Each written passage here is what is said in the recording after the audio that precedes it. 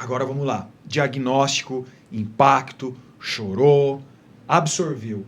E o próximo passo? Qual é o preparo? Como é que foi esse preparo? O preparo psicológico, esse preparo mental, os primeiros passos a partir de um diagnóstico, Eu Cláudia? sempre digo, você precisa confiar em alguém, estabelecer uma relação de confiança profissional com quem você escolher. Né? Então, assim, às vezes eu vou te dizer, ai, Franklin, aquele profissional é excelente, mas para ti não foi. Então, encontre alguém que tu se sinta seguro, amparado, acolhido, para seguir a partir dele as tuas orientações. Ele vai te dizer, olha, essa criança precisa de uma fono, essa criança precisa de escola, essa criança precisa de TO. Porque, embora os sintomas sejam muito semelhantes, veja, quando a gente teve o diagnóstico do TOR, a gente falava numa prevalência de a cada 150 crianças, uma é autista. Hoje, o Centro de Diagnóstico e Prevenção de Doença dos Estados Unidos fala que agora não sei se é a cada 34 ou 36, uma é autista. Nossa, a partir dos 8 anos. É alto. Né? Então, a gente está falando de um processo muito sério. E que a gente vai encontrar cada vez mais na escola dos nossos filhos, no prédio, no trabalho, na clínica. Então, assim, é muito importante que a gente tenha esse amparo, tenha esse profissional que possa nos dar um direcionamento e esses profissionais possam nos amparar. Né? Porque por um tempo a gente fez muita coisa sozinho. Lá atrás, né? Eu e o Rafa, enquanto família. Porque não tinha tantos suportes profissionais e amparos como hoje tem. Né? E o preparo emocional, no âmbito familiar. Aquela coisa de chegar no Rafa assim e falar, Rafa, nós temos um anjinho autista. A partir daqui, nossa vida vai ser diferente, vai ser um cuidado diferente. Como é que foi esse preparo? Ele aconteceu naturalmente? Eu vou dizer da nossa história, né? Ele foi um processo que aconteceu naturalmente. O Rafa ficou muito impactado com essa situação do TOR, porque, como eu falei para vocês, ele me levou para a médica para que a médica dissesse, maluca, não tem nada, segue em frente. E ele saiu com esse diagnóstico. Então, o diagnóstico, para mim, teve um efeito libertador no sentido, ok, eu não estava tão maluca. E para o Rafa, mais ou menos, onde é que eu estava que eu não vi? Entendi, né? entendi. Então, assim, a gente tinha uma história profissional de que o Rafa a gente estava morando fora por uma questão profissional do Rafa, era um sonho, era uma meta dele. A gente tinha um plano inicial de ficar lá, inicialmente, 3 anos, e a gente sentou juntos, daí essa questão de, ok, o que a gente faz com essa informação agora? Né? E a gente decidiu voltar. Com a ideia de que o que ele precisa não está lá, está aqui. O que era isso? Família, gente, carinho, afeto, gente entrando, gente saindo de casa, a gente indo para a praia, a gente brincando, falando a mesma língua. Então, a gente voltou por conta disso. Né? E precisa estar muito alinhado essa ideia, né? Essa decisão, porque mexe em sonhos, mexe em projeto, mexe em perspectivas, em desejos, em escolhas, né? Muita abdicação, né? Muito. Assim, o Rafa é um excelente parceiro. Né? Esses dois têm essa brincadeira aí e eles se divertem com isso, eles ficam pensando em pegadinhas para fazer um contra o outro. De vez em quando tem lá no Stories do Thor, no feed, uma sacanagem entre os dois.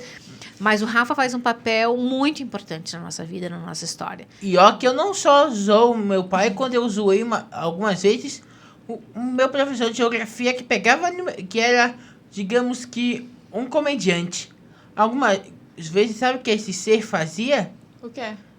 Para descrevê-lo, ele se chama Benício, é um amarelo que mora em Itajaí e trabalha na minha escola como professor de geografia. Que ele ama. Era um professor que eu tinha receio, porque era um professor de ensino médio. Ensino médio tem aquela coisa, né? A aula tem uma outra dinâmica e tal. Eu falei, meu Deus, esse professor, eu tô com receio, porque acho que ele não vai conseguir entrar na onda do Thor. Era um professor que brincava com os alunos de um jeito que eu achava que poderia ser esquisito. E é o professor que fez um estrago no coração desse menino. Exatamente. Algumas vezes ele dava uns puxão dos meus cabelos e concluía com coice. E eu, obviamente, pela minha inteligência, não podia ficar de braços cruzados. Sempre pensava numa maneira de zoar ele.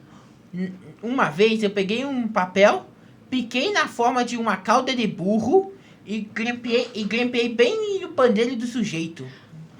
E ele nem percebeu. Você é sacana, hein, meu? E daí eles foram entrando Ai, nessa ai. forma de brincar. Ele fazia o mesmo com o E a gente Thor. fazia um placar de quem zoava mais. E daí eu falei, bom, ok, né? Se esse Deixa foi o seguir. caminho que eles seguiram, que tá confortável pros dois, a gente colocava um limite para essas brincadeiras, né? Porque nem tudo é permitido, nem tudo é legal. Uma vez eu tive uma ideia sacana de oferecer pra ele uma garrafa de bebida, só que tu entupia ela um pouquinho, sabe de quê? Ah, Laxante. Não, mas isso ele pensou. Mas foi proibido Não, de executar. deixa ele falar. Ó, sua mãe tá te defendendo, cara. Conta. professor, se Obrigado, manifeste. Franklin. Enfim, a minha ideia era o seguinte: meia colher de chá para um alívio rápido e eficaz. Ia dar a bebida pra ele beberia. Depois de alguns minutos, ele provavelmente ia ficar assim. Tá, não, mas aí a gente não precisa contar, porque daí não é muito digesto. E sabe o que ia ser engraçado? Já imaginou se ele fosse pro banheiro e depois falasse, espero que não esteja usando a privada, está quebrada. Isso ia querer ser azar mesmo, né? Meu Deus. E ele Mas- sabe disso? Bom, Tá sabendo agora. Se não sabia, tá sabendo agora, né? Sim. Manda um beijo pra ele agora. bom, obrigado por estar aqui, amarelo. E ó, provavelmente tem outras pegadinhas pra você, viu? Ô, Cláudio, sabe, né, que nada é por acaso. Nada, mas nada é por acaso. Acho que 2, 3 episódios atrás, nós estávamos aqui com o Leandro, né? O Leandro estava aqui, a Ju estava ali. Uma ocasião que eles vieram para um evento, acho que também, que vocês estavam envolvidos, né? E era assim. Era um evento muito lindo lá no Outback. Lá, pessoas não autistas e pessoas autistas podiam jantar juntas como amigos. Entre eles, tinham 21 jovens autistas. E entre eles está este com quem vós estás falando. Nossa. Eu não sei se tu ias entrar nesse Não, assunto. vou entrar nesse assunto, mas assim, só para entender como as coisas estão conectadas, né?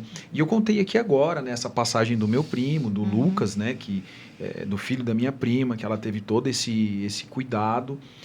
E as coisas vieram se aproximando mais ainda, que a minha irmã, a Ellen, também essa que Deus me deu quando eu já tinha 15 anos, recentemente também, né, nós descobrimos, aí eu já estou falando do meu sobrinho, né, também, né, foi diagnosticado, né, Olha só. Com 8 anos, né? com 8 anos, né, o Benjamin. Agora está cuidando de 2 autistas ao mesmo tempo. Ao mesmo tempo. E é interessante essa questão do interesse e da habilidade que as pessoas portadoras do...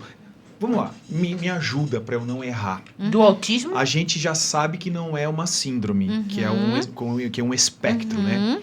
Que não dá para identificar através... Isso eu li. Sim. Mas eu posso dizer portadores de autismo, do transtorno, como é que é a forma politicamente correta? O politicamente correto hoje é definir como a pessoa tem transtorno do espectro autista. Ou ela está dentro do transtorno do espectro autista. Certo. Não é uma síndrome, não é uma doença e não é um portador de deficiência. Entendi. Então, quando eu falo, ele é autista.